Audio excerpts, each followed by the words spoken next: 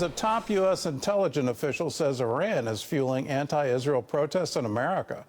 Gary Lane has that story and more from the CBN Newsroom. Gary?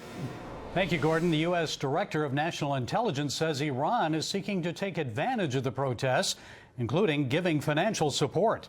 Meanwhile, Iranian proxies Hezbollah and Hamas continue to attack Israel.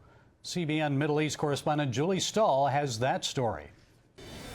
The IDF targeted Hezbollah launch sites in Lebanon after the terror group rained 30 to 40 rockets on Israel's Golan Heights, killing 2 civilians as they traveled in their car.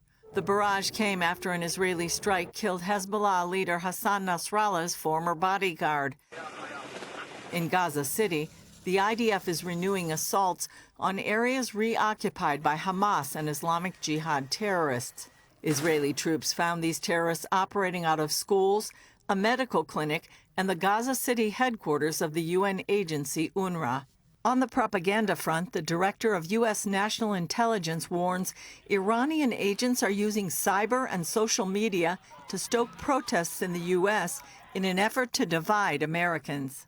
Avril Haines writes, these agents are posing as activists online, seeking to encourage protests and even providing financial support to protesters.